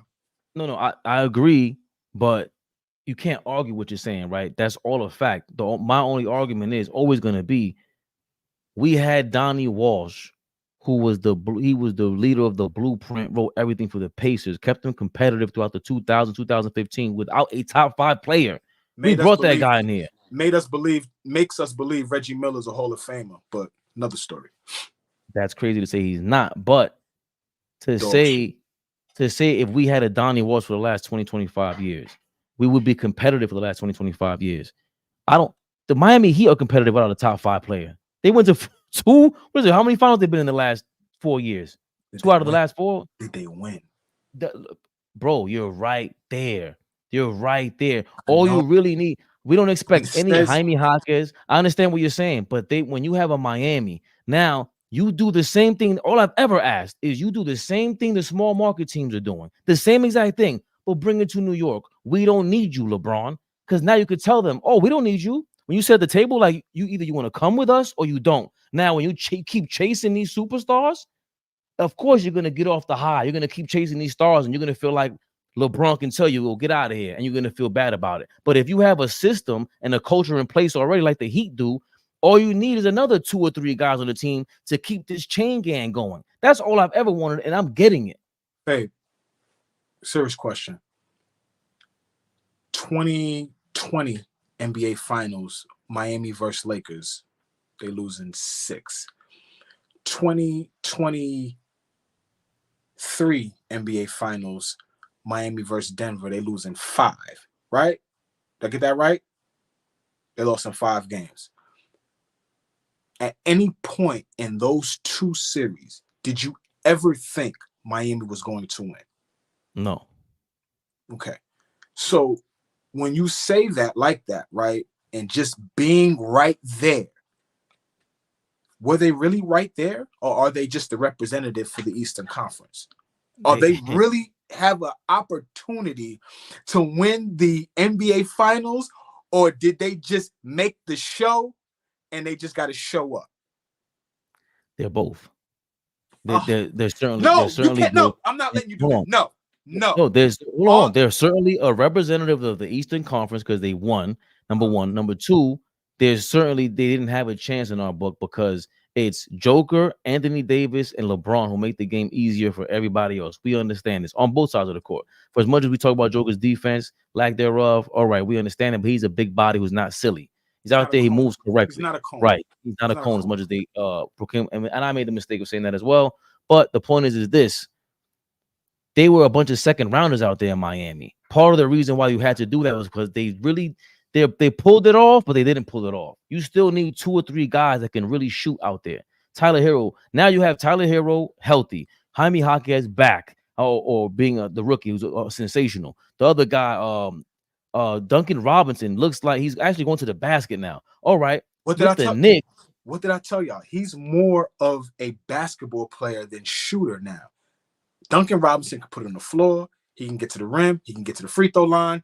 He can pump fake, one dribble, pull up. He's not just a catch and shoot guy, not just a guy that can just hit open shots. He's a better basketball player. Go ahead. Right. So is the problem is part of the problem is Jimmy Butler's not the top 10 player in the league in the regular season, which you always say. That's what you always point to. I do point to that. Jalen Brunson kind of is. And we need another guy like that. Perennial, maybe on the cusp, top 10, top 15. That's what you really need. And then you can surround them with a bunch of other guys. But to say you need a top 5 guy, of course, it's easier with them. Mike just happened to have the right guy in Jerry Krause. If not, he would have had to have found a different location to win. Because that's why LeBron left Cleveland. We all know this. You were right there and you go, I can't win with these guys. It's not just my teammates. It's not my teammates' fault. It's really you up top. If I want to win, if I want to make this thing happen, I gotta get out of here because I might win one. But how long is it gonna take me? 10 years? They're gonna think of me as like I'm like Kevin Garnett or something. I'm not that. Go get me Scotty. Go draft Horace. Go draft Scotty. Go hire Phil Jackson. Let's figure it out from here. Okay, I'm gonna take a break. We lost Horace. Go get Dennis. Go get Ron Harper. Go get some guys that defend. I don't give it, and I got this from here. Got it. And Leon Rose just created that. Like if a top 10 guy was available, this is all they've been saying. All you got, it started after the first time I saw it was Gary Payton in the 90s. I ain't going to New York the way they talk about us. The media, them guys are crazy. I ain't going over there because it's uncomfortable. But now Leon Rose made it to where it's like, bro, we got the whole city on smash. They love us and the team. It can't get any easier for you, especially if you're Giannis. It cannot get any easier for you. It can't. I wanted to bring something to your attention. I'm not sure if you were familiar, but I wanted to bring something to your attention and to all the supporters, to everybody that supports Knicks Rehab. I won't take credit because I was listening to something that Rachel Nichols was talking about, and I thought this was really, really important, especially for really the top third of the league, top half of the league. So going forward, starting this summer, you will not be able to aggregate contracts to get a superstar level player. What do I mean by that? So if we were interested in going to get Anthony Davis, but we needed Julius Randle, Mitchell Robinson, and OG's contracts to match up to go get Anthony Davis, you no longer can do that in the NBA. It has to be a player for player. Money has to match up. So you cannot put 3 contracts together to go get Giannis Antetokounmpo. You can't do it. Players Association had to sign off on it. Everybody had to sign off on that. I don't know if that's the greatest thing to do because that is going to create GMs and presidents of basketball operations have to be extremely creative now.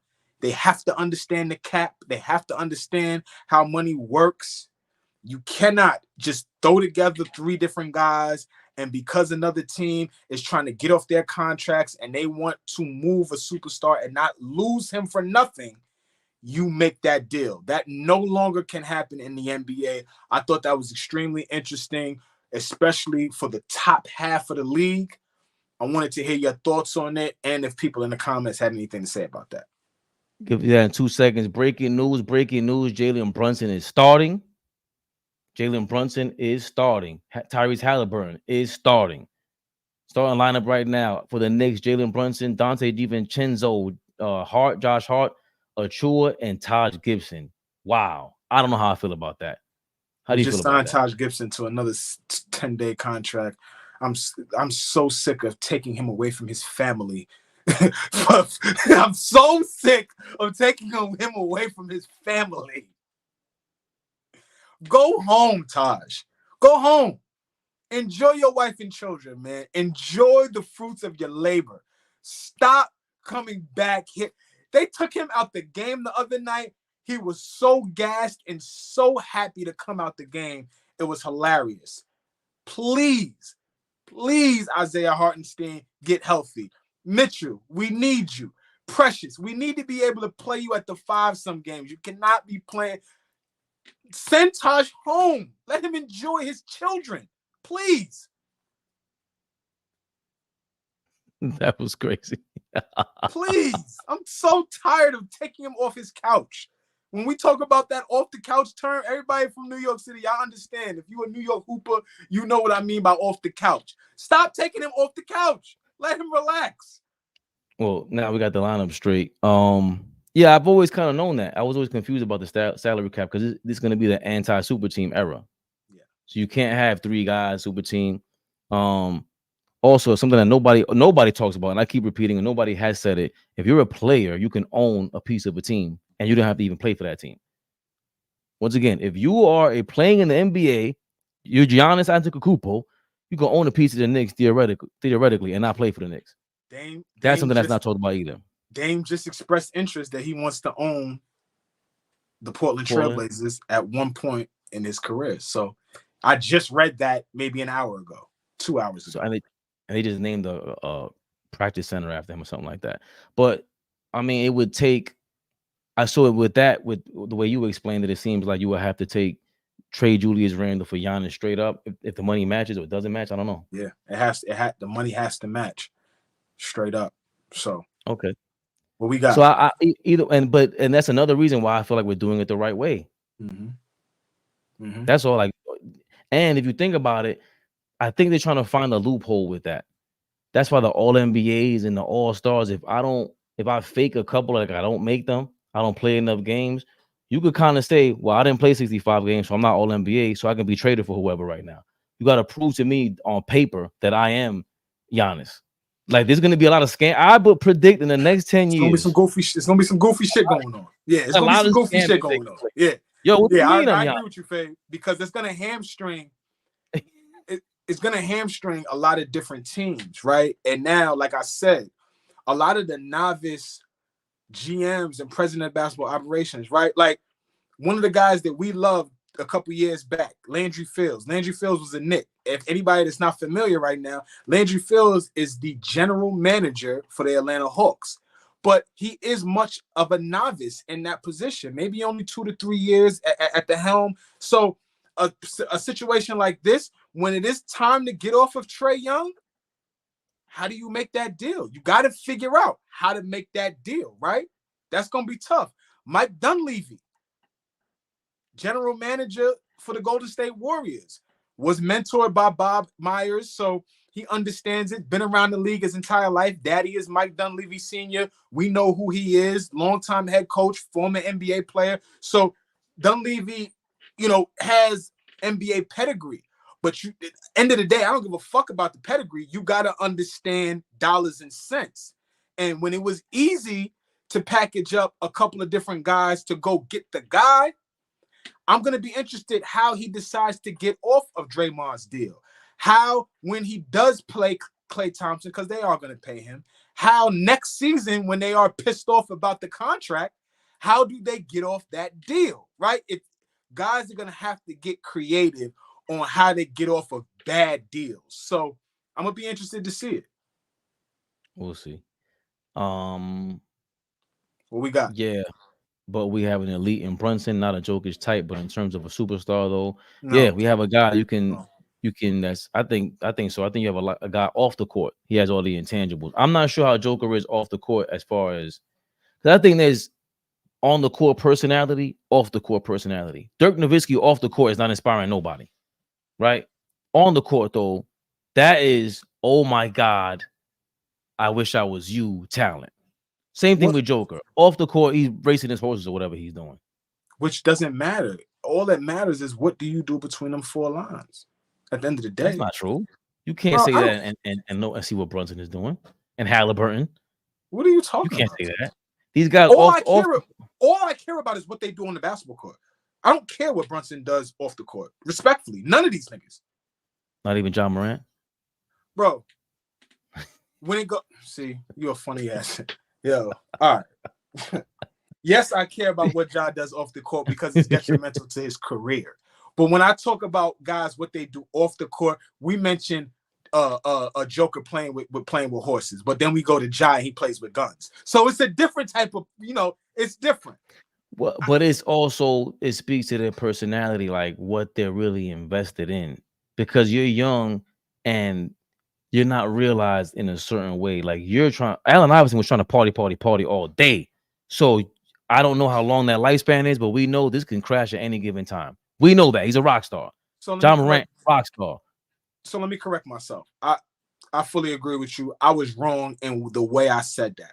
I do not care about what you do off the basketball court as long as it is not detrimental to what you look like on the court when it's game time. I don't care. And a lot of the reasons why Chuck's behavior off the court was dismissed. I just watched Dante Jones sitting with Paul George, and Dante Jones talked about Allen Iverson and how special of a just human being, forget player, human being athlete. This dude would come off the court giving you 50, go party for the entire night, meet y'all there. I don't care how he got there. He gonna meet y'all in the next city and be ready to rock and roll. That is a one of one, right? That is not something that you imitate. That is not something that you think works. Rod Strickland said the same exact thing, and we saw Rod never was an all-star. Rod started to bounce around after a while. Rod didn't reach the heights that he thought as a basketball player he was going to reach because he didn't invest the time in being a supreme athlete. On the other hand, Allen Iverson did everything Rod Strickland did off the court, but came on the court and was a 10-time All-Star, one of the best players of all time, right? He was one of one. It doesn't work like that for everybody. And shout out to Beloved, because he always asked me like, who's more talented, Kyrie or AI? Or I forgot what the conversation was. I said, bro, it's not even close. AI is just showing up to play ball. Like that is like the God's gift. We've been around people that just pick up a ball and they're good. Like, well, how did you do that? You just picked up the ball yesterday? What is that? They're just, it's a gift. He's supremely talented, never worked on it. And again, that's why I always say, like, you can say what you want about like Tim Duncan and Jalen Brunson is different now. He's starting to get into rock star-ish territory. Tim Duncan never had to worry about what Iverson had to worry about. Iverson got girls around him from when he was like 9 years old. It's choices, it's personality, it's swag. We're gonna be honest. We're gonna have an honest conversation real quick. Choices, personality, swag, who you put yourself around, upbringing, where you come from. You just brought up Tim Duncan. Tim Duncan is from St. Croix. He grew up swimming. He was not in an environment where he had the potential to get locked up. Allen Iverson grew up in Newport News, Virginia. Tough upbringing, devoid of a father in the household. Coaches and mentors become guys that help raise him, but he is a knucklehead, is in a single parent household from a mother. Unfortunately, those situations breed it being a struggle growing up as a young man. So what happens? You get in trouble. You get into things that unfortunately hinder you from where you're going. God bless John Thompson for saving that young man's life, right? But Tim Duncan doesn't have to go through that simply because of who he is as an individual and how he grew up, right? So it's, I don't know. I don't know.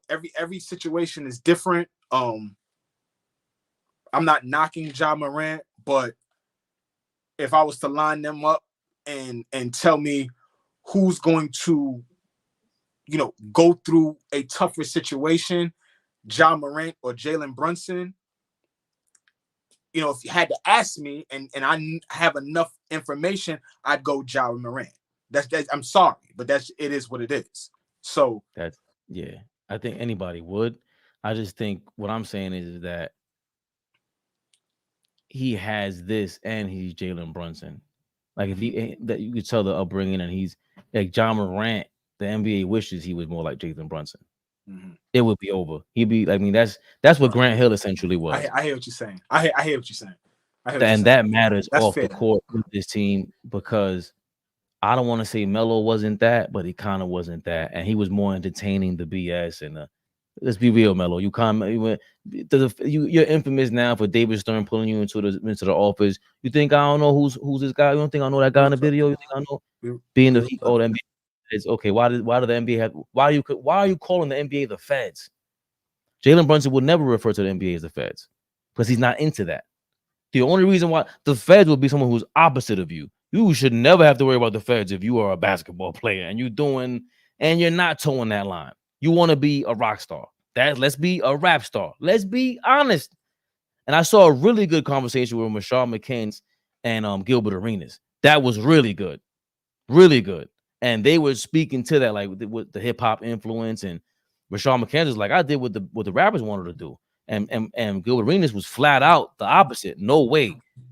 I wanted to get this car because of this player got this car. You can't tell me you got, and Rashad McCants is a total, and that was an arena, no pun intended, where I love to hear Rashad McCants because it sounds way more honest and more thought out and believable what he's saying than when he's defending players and basketball points that are horrible. This is real life stuff that he can teach other players and other teammates and other people watching. So that was an amazing conversation. It had to do with this. Like Melo thinks David Stern is the feds. Like, yeah, but they make $8 million a year.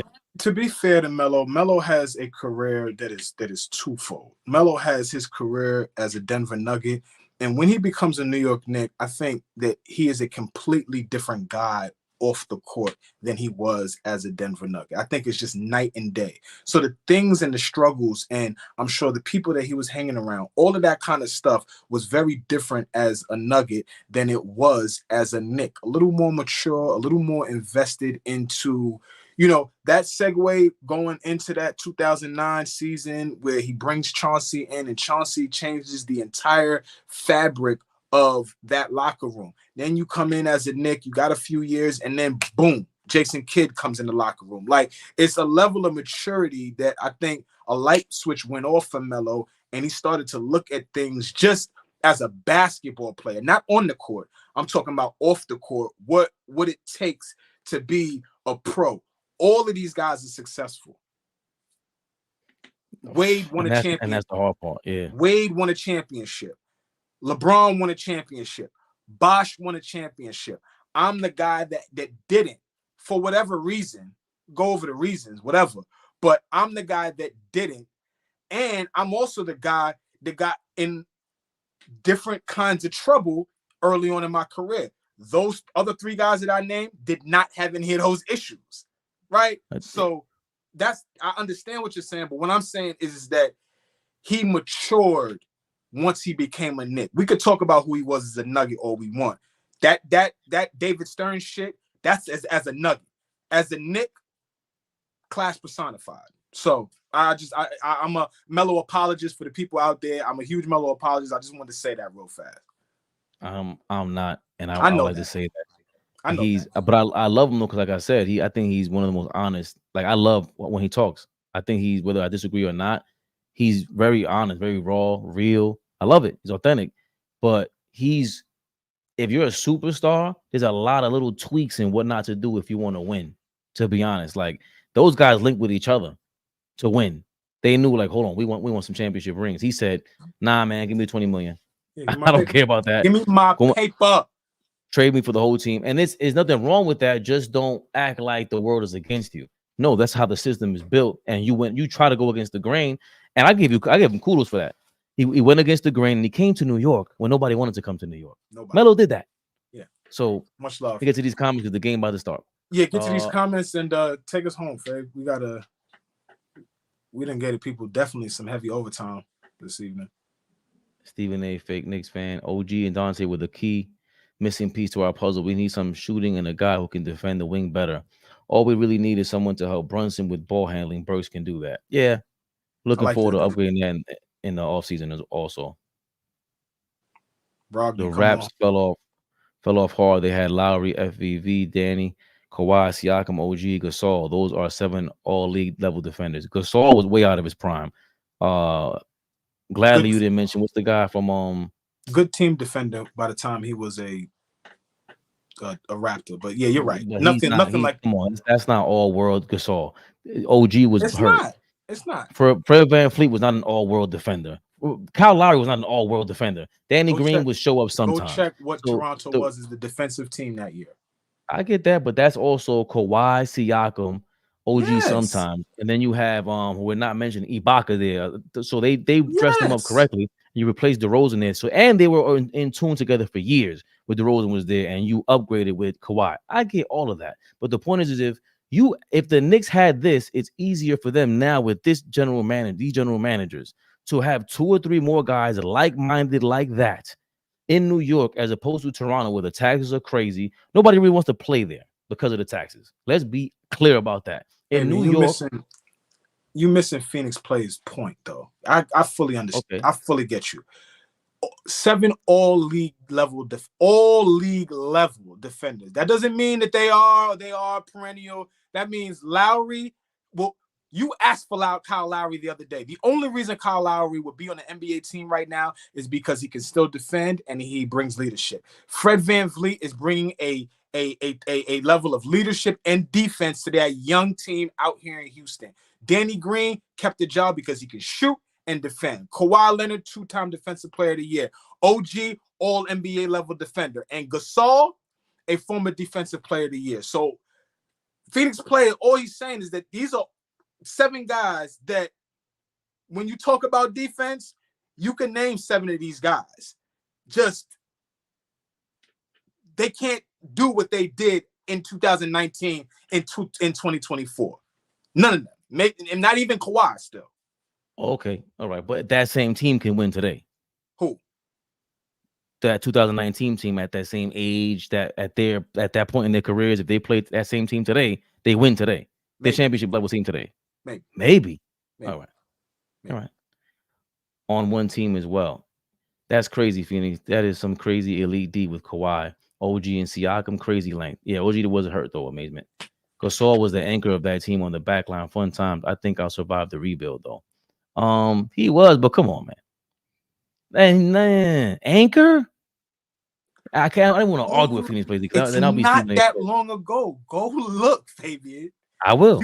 Facts. You like game tape now. I like the fact that you like looking at game tape. Shout out to Fabian. Now. Don't be disrespectful. Facts. Prince frustrated Kobe at times in that series.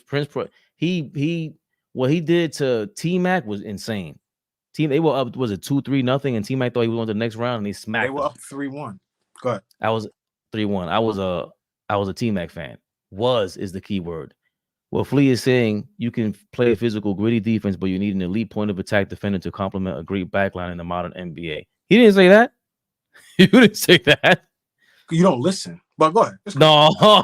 Cool. It's cool. No, if a commenter can understand me during my rants and not my call, then I don't know what to tell you. Shout out to you, Plays. This is what I was saying. I think the point of attack today is more important than ever before because the back line defense is going to always rotate. We don't have the big man to anchor anymore. So the point of attack is basically the new kind of rim protector in a way, because you need that guy, the Mikal Bridges. If you get Mikal and OG, it's over. But they're not rim protectors all the time. They're rotating on the perimeter, no, and across the, what am I saying, the bridge, the paint. Yeah. No, Y'all didn't. You see, or is that the back y'all line? Family, y'all see he ain't like that, right? Go to the next comment. Family, y'all see that he ain't like that, right? I know. It's all good. Next What comment. you mean? I didn't say that. Okay, so what do you say? I did say that. Go to hell, Fabian. Randall and OG are going to need games and touches.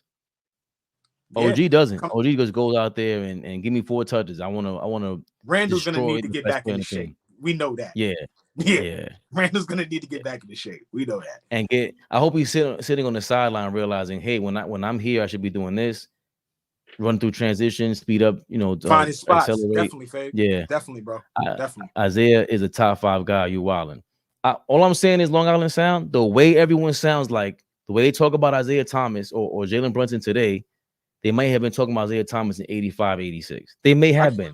Because I know he was I think he's the number 2 pick in his draft behind Mark McGuire.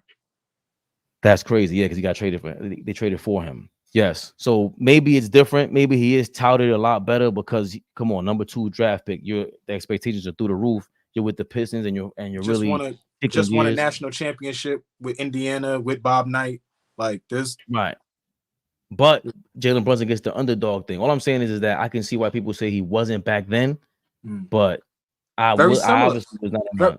Very similar though, Faye. Jalen Brunson won 2 national championships as the lead guard in Nova. So and Jay Wright, his head coach, called Bob Myers directly and said, "Bro, I don't know what you're thinking, but this guy's the best player on our team. He's too small. He can post anybody up. He can't do that in the NBA." Oh yeah, I'm telling you. So for Jay Wright to advocate for him, you gotta advocate for your guy. But again, he was doubted from the beginning. So I don't, I would think Isaiah Thomas was, but again, that's the whole thing about living it. Like someone like Long Island Sound, we need you to tell us when you lived it, was everybody unanimous? Everybody said Mike is the best at one point. They had to have I don't know who's messing with Mike. I don't care if he won or not. When he came to your town, it was like, what is that? Isaiah Thomas, and mind you, shout out to Steve Burks Sr. and Gary Springer. They were the ones that told us we played. Isaiah Thomas was crazy. He was shorter than both of them, but he was mad strong. He would get you out of the paint with his forearm. He was just different. You couldn't believe he was that strong. So there are stories that I've heard where it was like, no, the players knew. Oh, the players knew he was that good. Big shout out to Big Flea though, real quick. Big Flea, my pops. He's been an advocate of Jay Wright being the head coach for the New York Knicks. I want y'all to hear that first. Big Flea has been calling for Jay Wright to get away from CBS, running his mouth about college basketball, and become a head coach. I just wanted to say that out loud. But the fact you're going all the way to 88, he's the last 20 champs, best player. They're all consensus top 5 guys. Yeah, Joker, Steph, Giannis. I get that, Phoenix, but I get that. But nobody, the small market teams have to operate like that because they have to be creative. They don't have the Lakers, the Celtics, the Bulls. The Knicks should have been operating like at minimum a small market team if you didn't have a big time star here.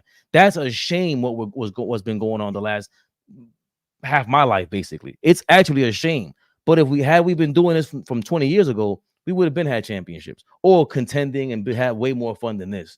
Because right now it's the changing of the guard. 14 was an exception, but that's Duncan, Parker, Kawhi, and Manu.